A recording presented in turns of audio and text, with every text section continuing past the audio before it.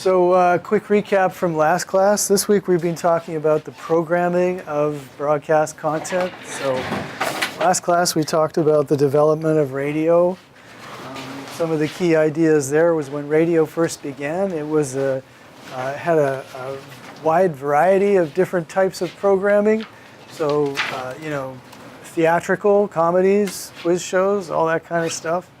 And that was sucked out by television when television began, which left radio pretty much with music. So radio kind of switched itself over and became the music delivery system of choice. And slowly there began to be a differentiation of content that was put on different radio stations. Starting in the late 60s, the early 70s, stations turned to playing specific types of music with the awareness that that brought specific audiences to listen. So your pop contemporary hit radio would bring a younger audience. Your adult contemporary would bring a slightly older female audience. Your classic rock would bring an older male audience, and so on. So this is very carefully researched now, not just the composition of the audience for these formats, but also many of their consumer characteristics, the kinds of things they buy, the frequency with which they buy different consumer items and stuff. And all of that dedicated to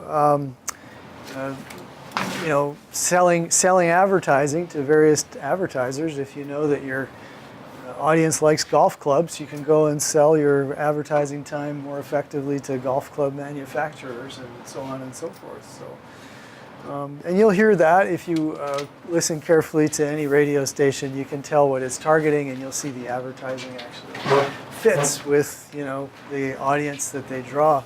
So in terms of business logic, I mean the idea to differentiate music stations into formats has the result that these stations don't compete, all of them, directly one against the other. They compete only against other stations that draw a similar audience. So, you may, out of 40 radio stations, you may only be competing with 4 or 5 of them instead of 39 other stations if you all played just any kind of content. So that's what differentiation has done there for radio.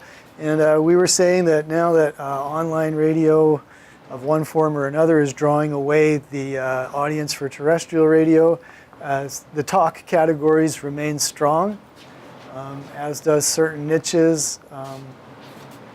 And we also talked just about how non-commercial radio programs for itself as well, but it's quite different than music. So programming sources, you'll hear a lot of network or syndicated programs on the weekend, especially on different stations. There are also the big news stations that are always number one in the market, like a KGO, a big AM station, very powerful signal, many traffic updates, stuff like that. So they'll usually be part of a news network which sends them news items from outside of the local area. But they'll also have really big teams of reporters. We talked about how the radio broadcast hours are programmed well in advance using a computer now. All the music will be loaded into the computer, and the day will be represented by hour-long clocks. So these are called hot clocks or program wheels, and you can see that within them, different slots are left available for music, and it's all very closely programmed. Commercials, promotions, station ID elements, traffic, updates, and the placement, the way you plug in different items in this clock are driven by a logic of understanding what your audience is doing at that particular time. So this is a synchronous medium. That means that people are listening to this as it's broadcast. So you know that when they get in the car at 8 o'clock and they're going to get out of the car at 8:30, you have an idea of their commute, and you have worked out and researched and watched exactly how they behave. So you know they want music when they first get in the car, and after a certain sweep of music, there will be, tolerant, at least, of commercials and so on and so forth.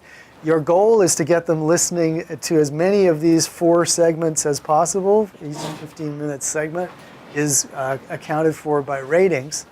And so you're trying to get them, if they start in the first segment, you try to get them to listen into the second, into the third. You can offer them money, a contest eventually, perhaps. If they stick around, you'll eventually play the contest. You can offer them a new song. You can offer certain things to keep them that way. What you don't want to do is put in a pile of commercials that'll make them switch off. You know? So the type of station will determine what goes in the hot clock. The time of day, this is morning drive, you'll have more traffic and stuff. The evening, it's a little different. You see more music. So that's how it works. And it's a template that repeats every day at that time, Monday through Friday, but the music choices will be, different each time. And sometimes it's the computer that proposes what song to plug in there. Sometimes the program director wants control over that too, but they don't draw from a huge library. They have libraries that also have, being researched and demonstrate a certain amount of audience interest. They do, well, we'll talk about research a few weeks down the line, but they do, polls. They say, how do you like this song? Have you heard it too much? Are you getting fed up with it? Do you want to still hear it? There are also music research services, which get access to new music coming out even before it's out. The big labels send all their stuff, and these are sort of taste makers. They will report in advance to subscribing stations or station groups. They say, oh, we got this amazing song coming out in a couple of weeks. Get ready for it. And so the DJs will know that they should hype that, and so there are those kinds of services too. What was that called again? Ooh, I don't. Yeah, Billboard used to have a service that they were kind of in business with that service. Uh-huh. Yeah, just look for music research and stuff. We can talk about it, but yeah. Oh yeah. Okay, and then we were going to get into TV today. Okay, so that was radio, believe it or not. That's what we say about programming radio. It goes a lot deeper than that. But, and by the way, I was mentioning to Dylan, we have a broadcasting club that's just starting up, and so we're going to have a streaming radio station over in the broadcasting department. And if you're interested in perhaps getting a show or finding out how to get involved, just getting on a show sometimes, next Tuesday at 12:45 in Art X 171, there will be a meeting of the club. So the Arts Extension building is across the street going, away from Ocean. So it's in those concrete bungalows, right? Yeah, well, they're not exactly, but yeah, it's a concrete block that's just across the street from the parking lot. Yeah. So radio shows. So let me just throw that out there for you. And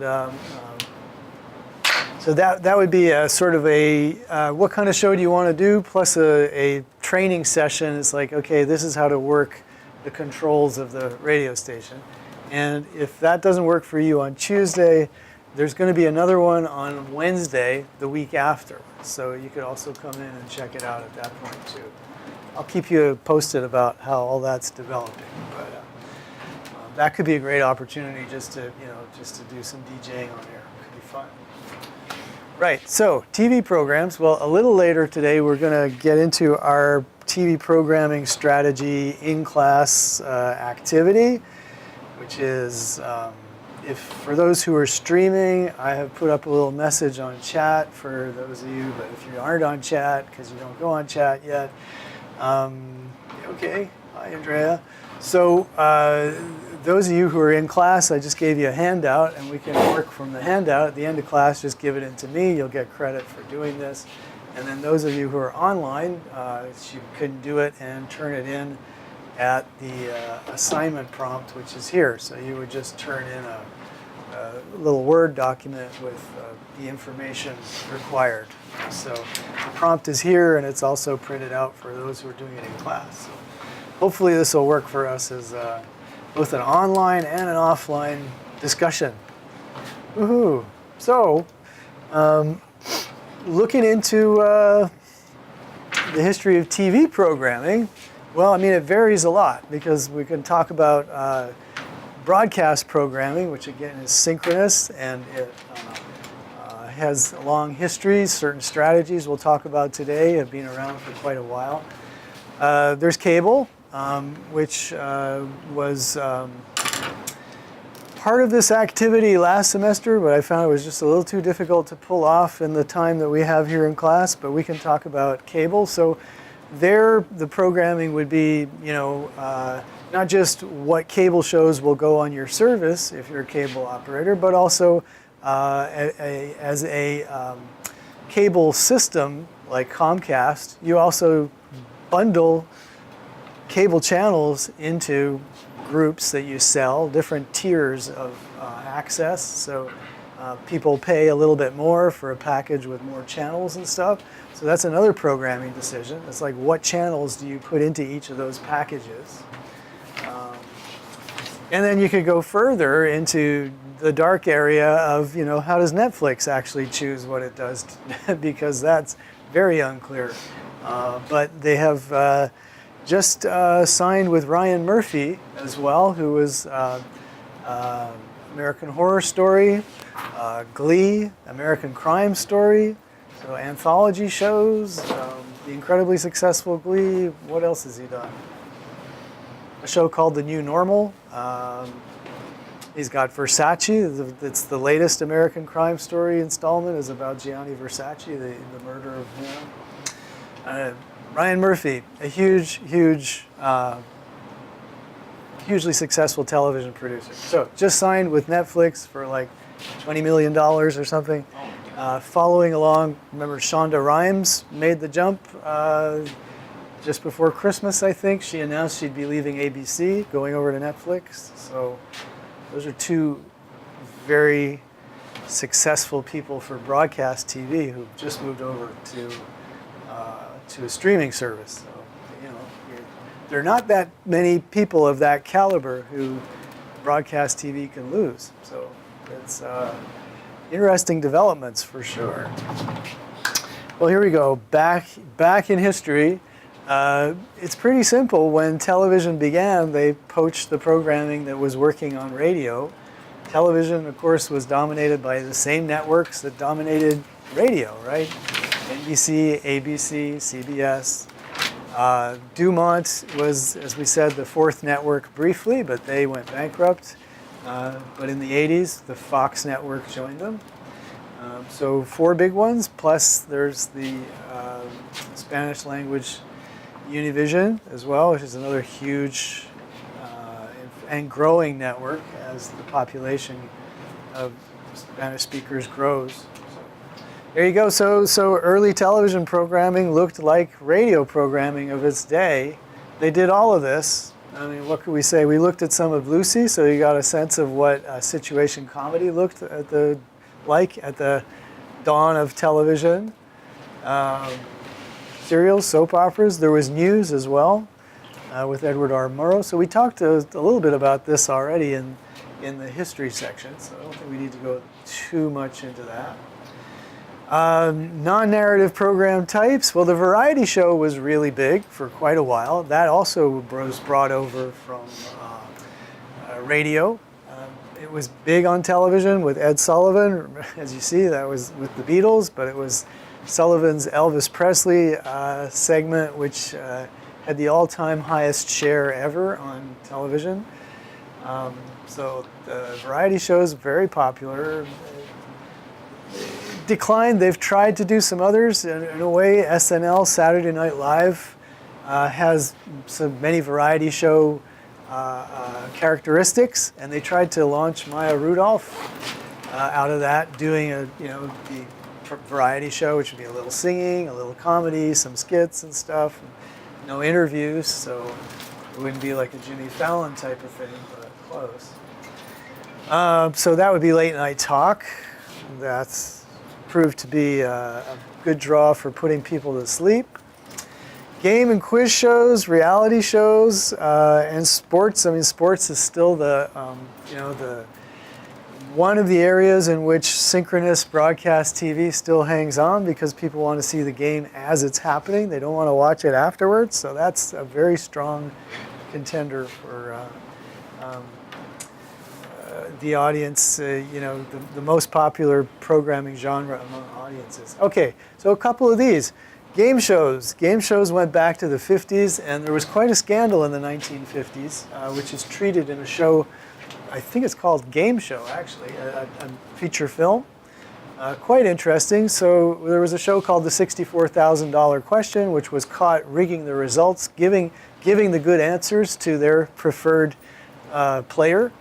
And that resulted in a congressional investigation to the entire, game show sub-industry, where they found out there was rampant cheating. Most of the shows were rigged. So this brought down the shame on some contestants, and there were rules created then about, what you could and couldn't do on game shows. So they had to actually give the prizes that they said they would give, and the quiz shows had to be on the level. They couldn't cheat that way. So that was a big thing in the 50s. Reality shows, big thing in the 1980s and beyond, right? As cable networks are looking for cheap programming where they don't have to pay writers, they don't have to pay experienced actors, right? They can concoct various situations, put ambitious, sometimes borderline people in those situations, and watch what happens to great effect. So, that's your Big Brother type reality show. Then you've got your competition game shows, with your X Factor or your American Idol. Those were incredibly popular, still holding on, but a little more expensive to produce.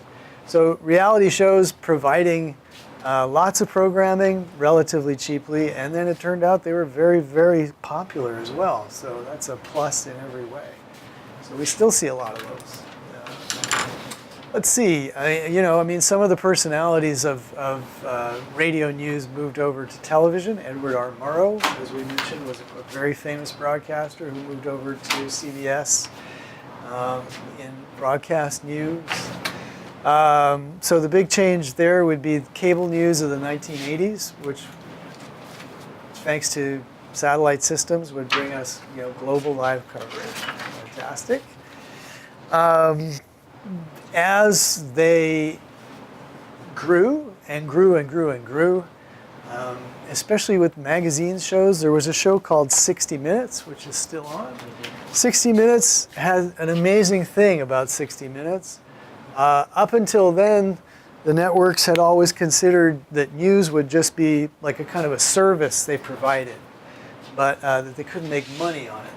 But then 60 Minutes on Sunday evening became the most watched program on Sundays. So it was a leader, and surprise, surprise, news could actually make money. So the networks all followed with news magazine shows, that would mean you'd have a 60-minute show maybe with four topics, 4 15-minute segments on different stories or stuff.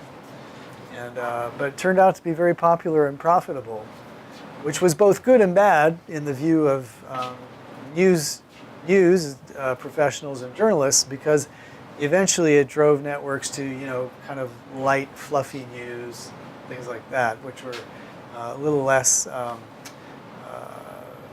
Choice of topics were pleasing to audiences. Dylan? So 60 Minutes was an example of like a public affairs show. Yeah, isn't it still on? I'm not sure. Yeah, it is. Yeah, so absolutely. It's a news and public affairs show with several segments, and they were famous at first for what they called gotcha journalism, where they would, find somebody who was, questionable, get them in front of the camera, and then grill them, and eventually guests caught on to that was what was going to happen, so they stayed away. But it was part of the spectacle that brought high ratings, is that they would set people up and then bring them down on camera. So 60 Minutes, yeah. They used to schedule children's shows in a block on Saturday morning. That was always a popular time, I remember well. But then when we got to get to cable, because cable changes everything.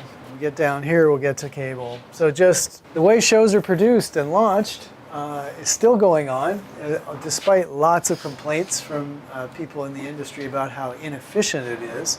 I'm sure you've all heard about the process of networks or studios that are hired by networks developing pilot scripts and shooting a bunch of pilots. I think last year there were over 200 pilots shot during pilot season to result in about 40 shows that would go on air, of which 2/3 of them would usually be canceled within the first 6 weeks. So those are the actual numbers.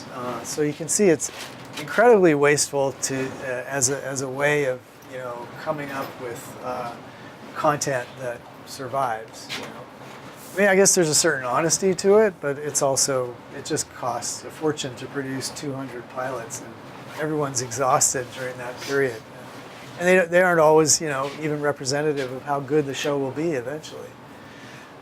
Be that as it may, that was the process that network television created shows, and in fact, it's still pretty much how they do it. Although certain producers like Orion Murphy may get an order for shows before they even shoot a pilot, but they still go ahead and shoot pilots just for themselves because that's kind of the way they do it. Who produces and distributes, right? So producers, typically now the whole television industry is kind of integrated into, they talk about vertical integration. So you would have, for instance, Comcast, NBC, Universal is a big conglomerate. It has all kinds of pieces that are in the media business. So Universal was a film distribution company. NBC was a television network with a long history, and Comcast is, of course, a cable company. So there's also NBC Universal Studios, which is the production arm. So basically what would happen is NBC needs a new show. They need to fill in for, I don't know, House. They need another medical show, right? And it worked great for 7 seasons. They got good audiences. Eventually it goes off the air, but they need another one. So NBC Universal Production Studio goes out looking for producers who can do this type of material, hires them, develops the stories with them, and eventually they shoot a pilot and maybe 5 or 6 more episodes if it's a well-known producer that they trust. And then that gets out on NBC, and either it sinks or it swims, depending on whether the audience tunes in the first few weeks. So then it will have a life on broadcast. It may also have a life on associated cable networks. Either, it became common practice to, like, you had a popular show like The Office. So it would be, new episodes would be broadcast on, your broadcast channel. At the same time, old episodes would be on a cable channel. And so you could watch, both the new and the old at the same time. And there's also syndicators, just like in radio. There's private companies that produce shows and then sell them to broadcast networks. So these are shows that are not originated by a network. They're called first-run syndicated shows. So Dr. Phil. There's a few kind of fantasy hour-long dramas that come out of that as well. So there are some pretty well-known shows. We could look them up on Wikipedia eventually. We're going to get into our assignment pretty soon here. So a syndicator means they're not a network, and they're not part of a conglomerate like NBC Universal. Instead, they are private companies. Oprah was a huge syndicator as well in her day, until she got a cable channel of her own, which is a different challenge. So these are popular daytime shows that aren't produced by networks, and then they sell them to stations all over the country. usually midday stuff. Okay, so that would be a first-run syndicated show. Would, for instance, be Dr. Phil. You see it on your local station, but it's not given to them by NBC. Then there's also what they call the off-network syndicated shows. And those are your sitcoms that started on a network, but now they have a life off the network. So, Seinfeld, How I Met Your Mother, Big Bang Theory, all of those sitcoms and many dramas as well. They start on the network and then they go into reruns, which is the off-network life that they have. And increasingly, their network run on broadcast TV is like a kind of a lost leader. They're out there to gain notoriety, so people talk about them and they become familiar with them. But the real money is made in reruns, and then also bundling them into Hulu or Netflix, or who knows, now we'll have a CBS All Access streaming, which will keep all the old CBS shows. And we see that Disney is doing the same. You guys mentioned that.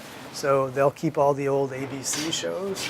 So we may be seeing, the networks holding on to all of their off-network material afterwards. That pretty much is going to be their strategy, I think, because that creates large libraries of stuff. And if you happen to love The Office, you're going to go and pay your subscription fee to Comcast, NBC Universal, so you can get access to those episodes. That's the way it's going to work, I think. Local TV stations supply some of their own content, especially news, because they all have news production arms. And if you wanted to get into local TV and get a job, you'd probably be working at KRON or at KTVU or at KPIX in the news area, because that's where they have staff, and reporters and videographers and editors and stuff. So each of those local stations will have that, and they make good money around those news broadcasts with older viewers, because younger viewers don't watch news on those channels, right? And then there's also a law out which reserves an hour of what was previously thought of prime time from 7 to 8 p.m.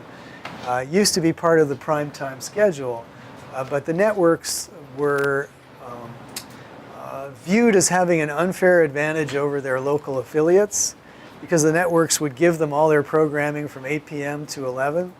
And so a law was, the primetime access rule was created, which meant that between 7 and 8, the local station can put whatever they want on the air. The networks are not allowed to require their affiliates to program at that time. It gave them a little more strength in the area. So you'll often see syndicated programming at between 7 and 8. Cool, okay, but cable companies come along, and they change the face of broadcasting. There are so many, formatted cable stations now, cable channels, I'd say. And what they do, again, is rather like the way that music on the radio differentiates to pull in different audiences. Clearly, that's what happens on cable TV, as your home improvement channel differentiates itself from another premium cable channel that shows dramas and stuff.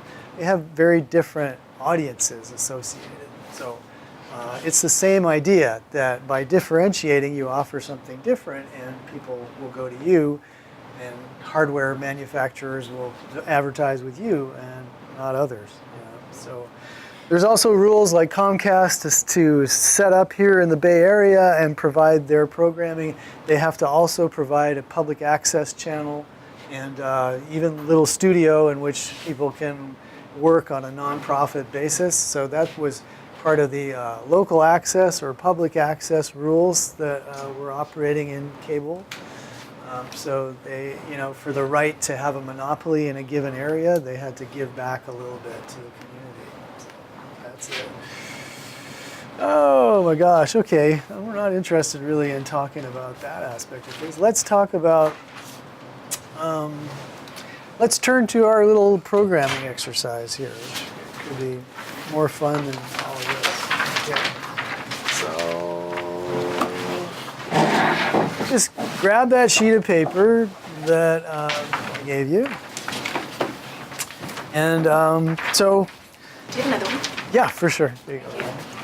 There are certain tried and true strategies that network broadcasting uses to get their audience and to keep their audience with them. And there are some terms describing these strategies. But okay, and so what we're going to do is we're going to go looking for examples of those strategies in the data that I've given you here, which this data is from 2012. It's because Daily Variety, they printed this, went out, and they're just an online publication now, and they don't display this data anymore, which is a shame. So you can get this data, but it comes to you not in a nicely laid out grid, which shows you what's going on Monday through Friday, well, the whole week actually.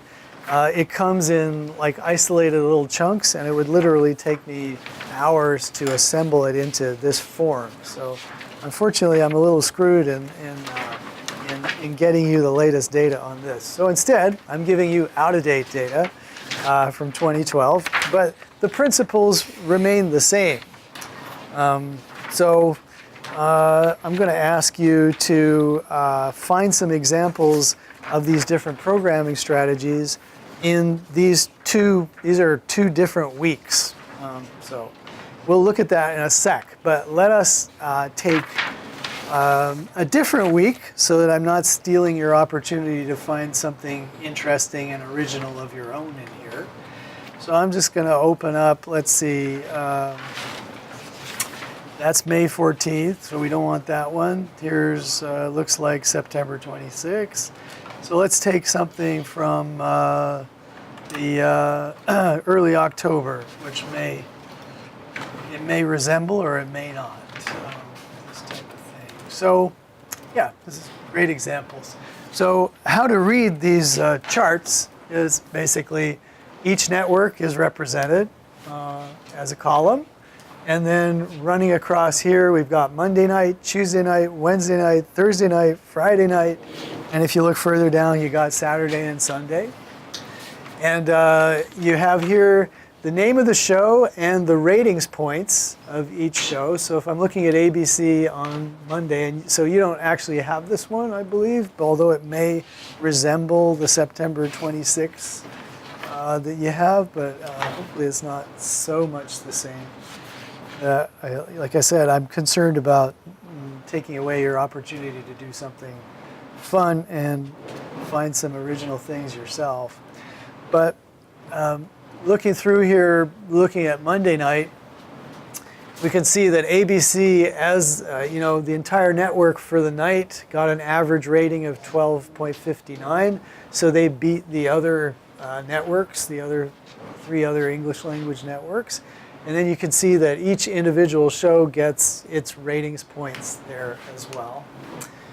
And you can see reality, the first night of a reality show did rather well at 13.55. It was the top rated show of Monday night across all networks, to only even closely approached by The Voice at 12.89. So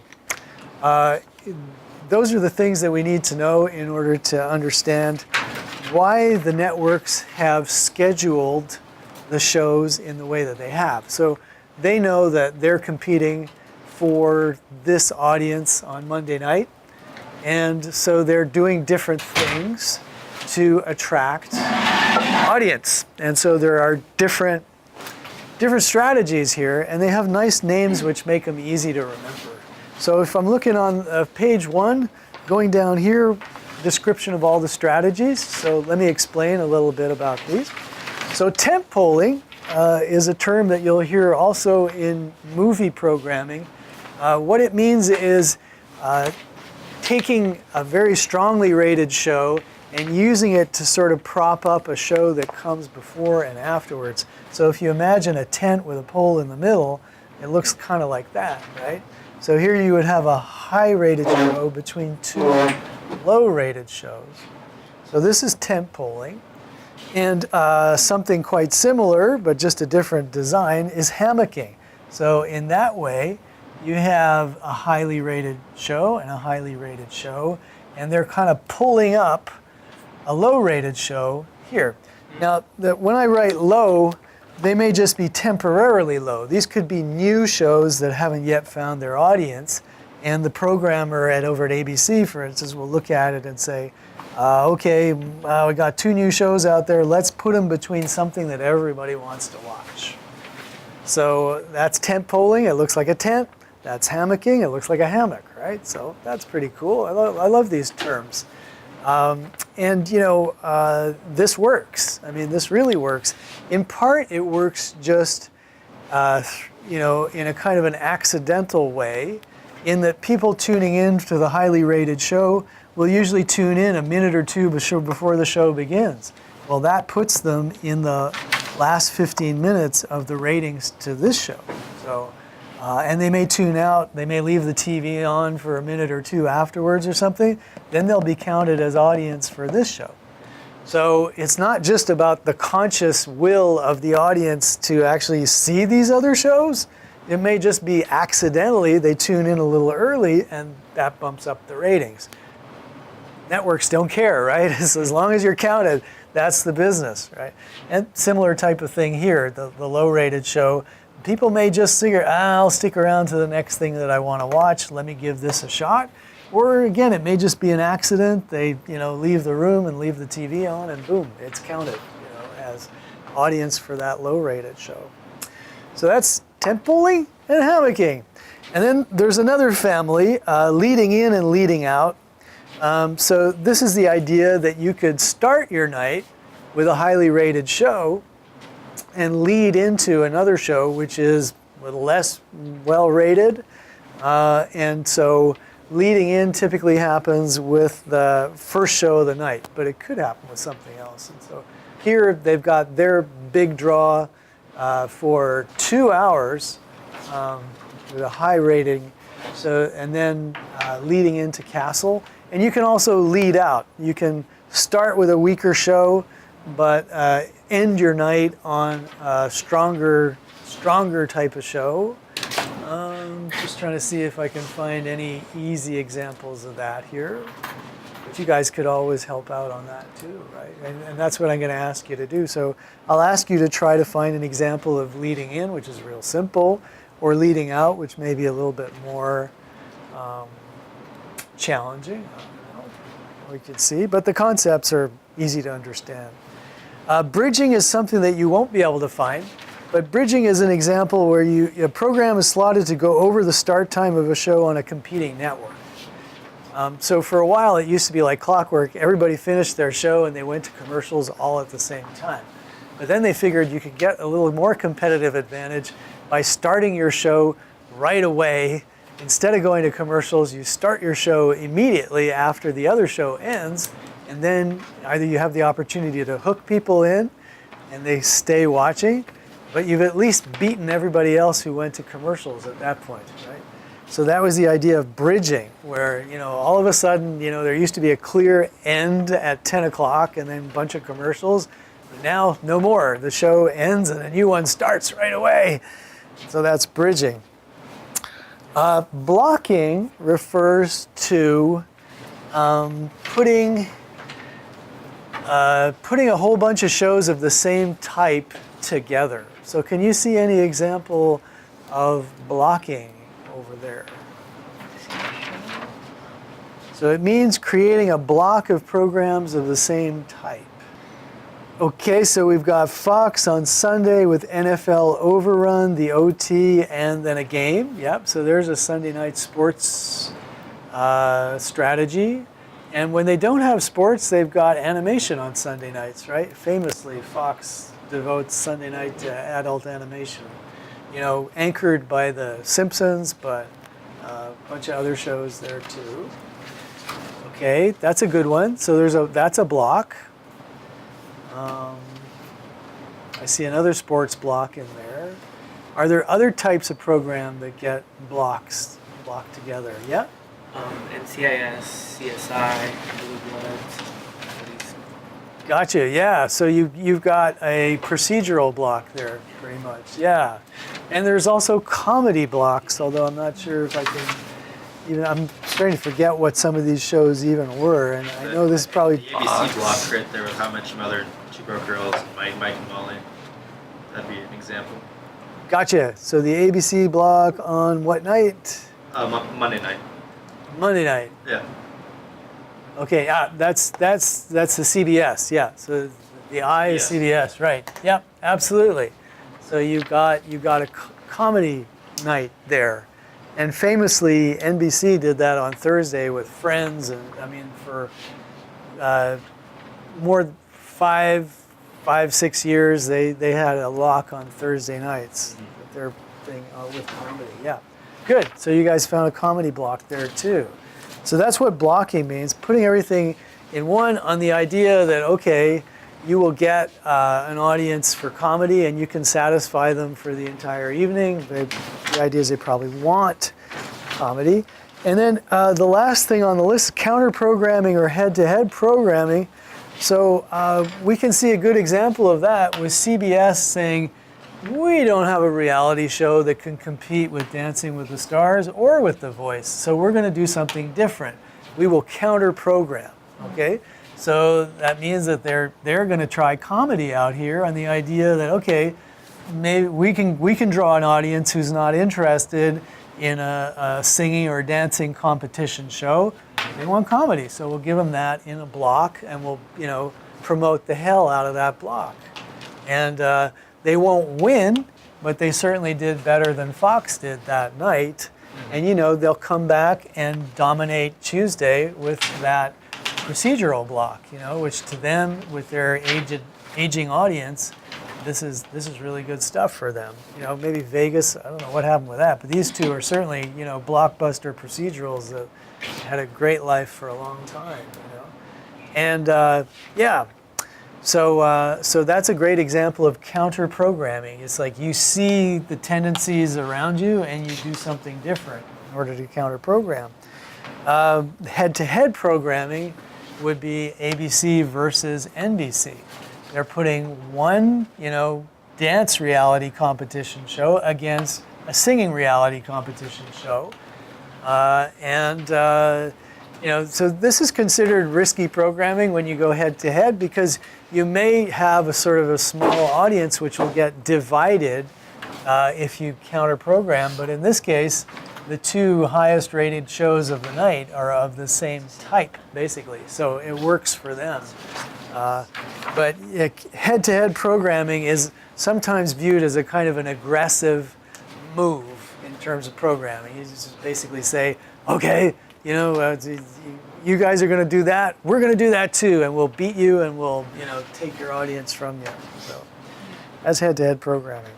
So those are some ideas, and basically, I think we should take 5 or 10 minutes for you to look through this and explore both those evenings. So one is in the spring and one is in the fall, and so there'll be different examples to see.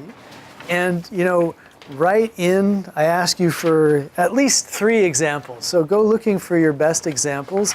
And so what I'm asking for here is, okay, tell me the day and time and the network. So it would be, ABC on Monday night. The ratings for the shows involved. So you could say, well, it was this, this, and this. The reason I'd like to know that is if you think you found an example of tent polling, we need to know what the ratings are. What we'd typically see is a high rating like a 12 or something here, and then a low rating of 5 or 4 point whatever, 12.6, 5.1. So that's why I asked for the ratings so that we can see that that you're actually getting that stuff. So then what's the concept? Well, it would be tent polling.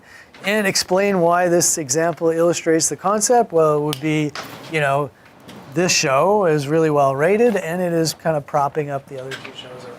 So that's what I'd like you to find, at least 3 of those, okay? And you can discuss. It would be actually even great if you all talk about it and look for, each row, maybe just talking it over. That's fine. And then let's take until 3:30, and then we'll just go over this and see what you found. Okay. So in the meantime, just fill that in because that's what will get you your points for today in there. And so, any questions? Let's just do it then. I think these concepts are all pretty obvious, and you can go through. So. And you don't want to work on the one that's on the board. You want to work on one of the two that are attached to the handout. It'll do Monday. I see people still working on their analysis, so continue, please. And you can turn this in at the end of class. I just have to cover a couple of more ideas. So those of you who finished, great. Otherwise, I'll just get this out there, and then you can chat a little bit about your what your findings were next class, maybe. Okay.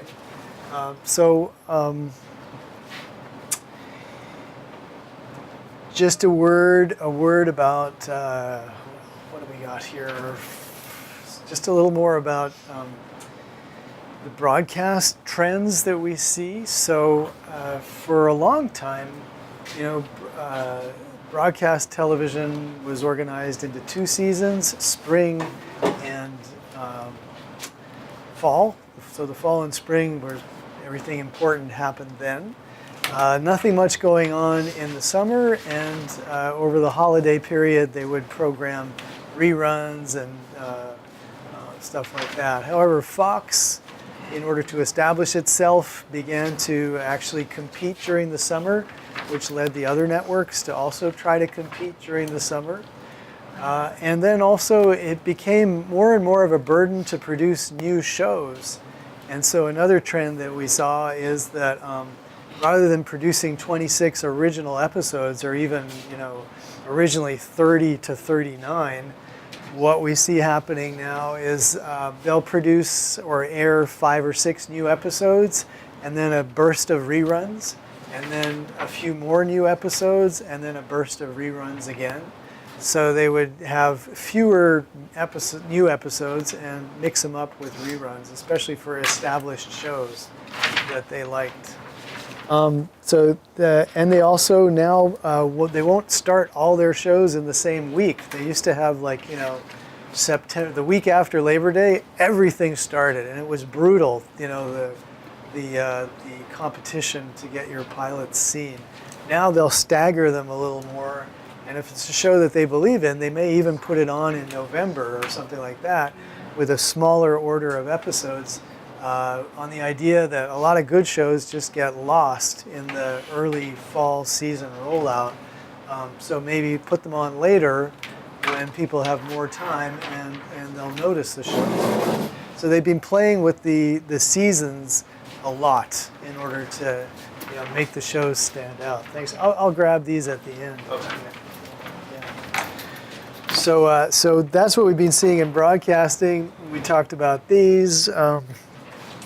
There's a few others here that are mentioned. Stripping sounds more interesting than it is, but stripping is taking a rerun show and putting it on Monday, Tuesday, Wednesday, Thursday, Friday night at 11 o'clock or something like that. So, we talked about blocking, putting a whole block of the same types of shows in one block, but stripping means like putting a whole bunch of episodes across the week. And it's typically done with reruns because you don't have enough new episodes to play 5 new shows a week by doing the stripping. Stunting is when you've got a heavy ratings period. When we talk about ratings, there are certain periods when your ratings matter more.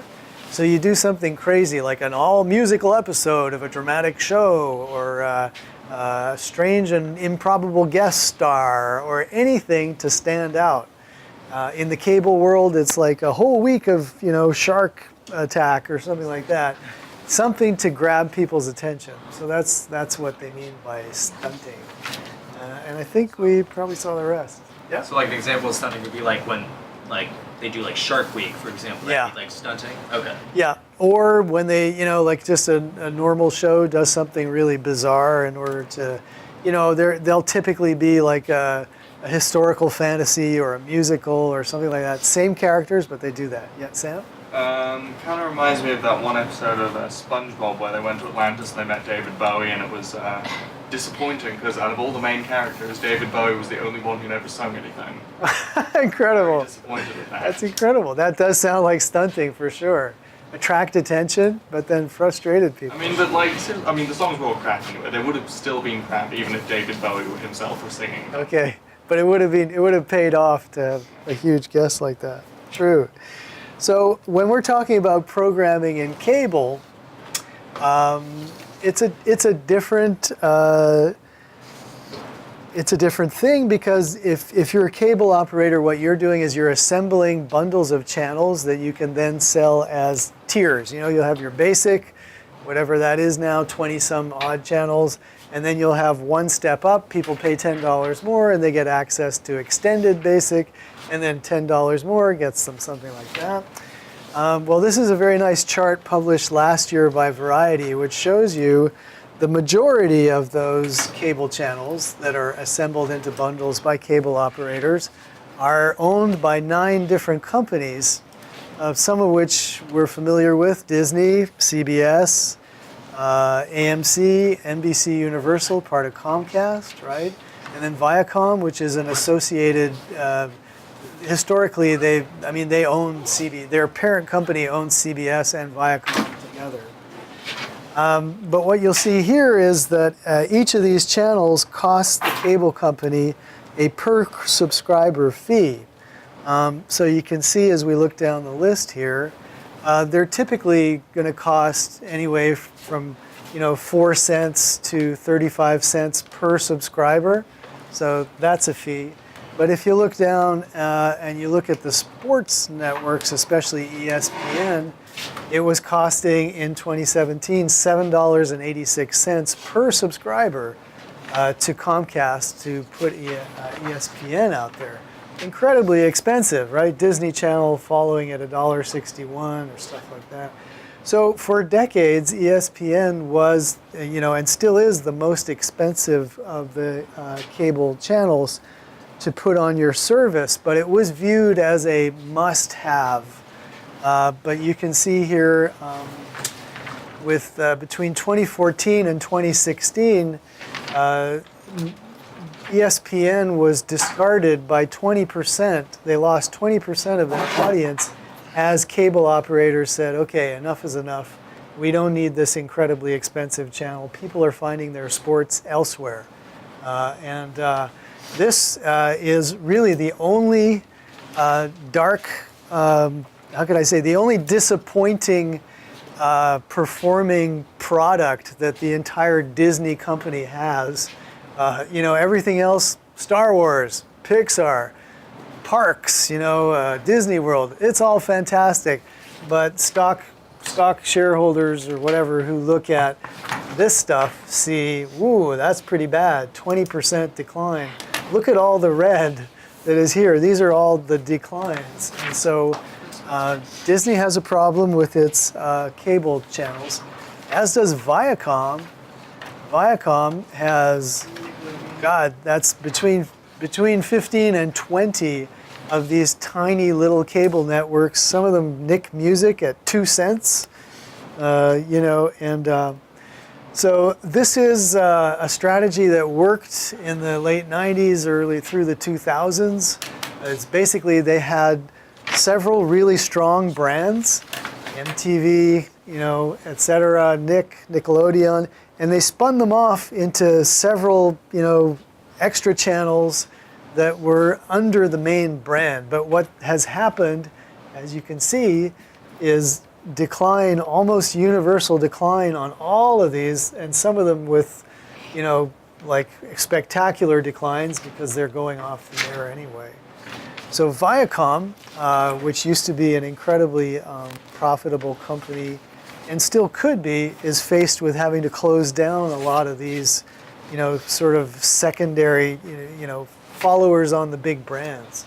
So apparently what they've said they're going to do is to retreat back to the big brands, MTV, Nickelodeon, Comedy Central, and sort of get rid of the little spin-offs, MTV2, MTV all that stuff, because they're too expensive to produce and they only bring in, a few pennies. The problem is when you add them all up, they're a huge chunk of Viacom's profit. So they have to try to, hang on to those little bits and pieces and get them to, just continue on with the main brand leaders.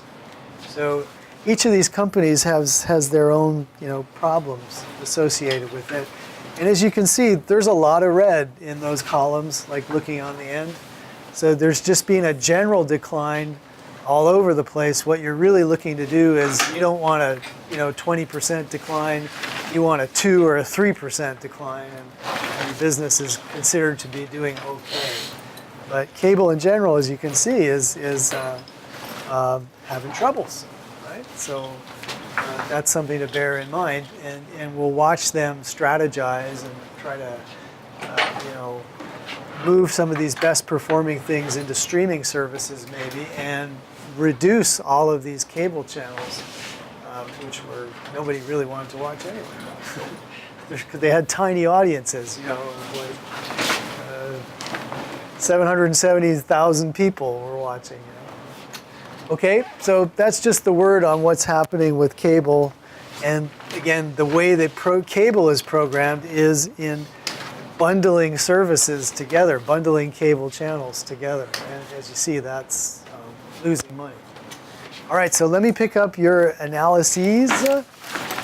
And anybody who's been streaming the class, you turn it in online. Do you want that? No, actually, as long as I got the one where you wrote them up. Great. And if we have time next class, we will, okay, I can just grab it. I gave it. Oh, you gave. Oh, I got it. Thanks, Sarah. I see your name there. Thank you. Awesome. So let me just grab these.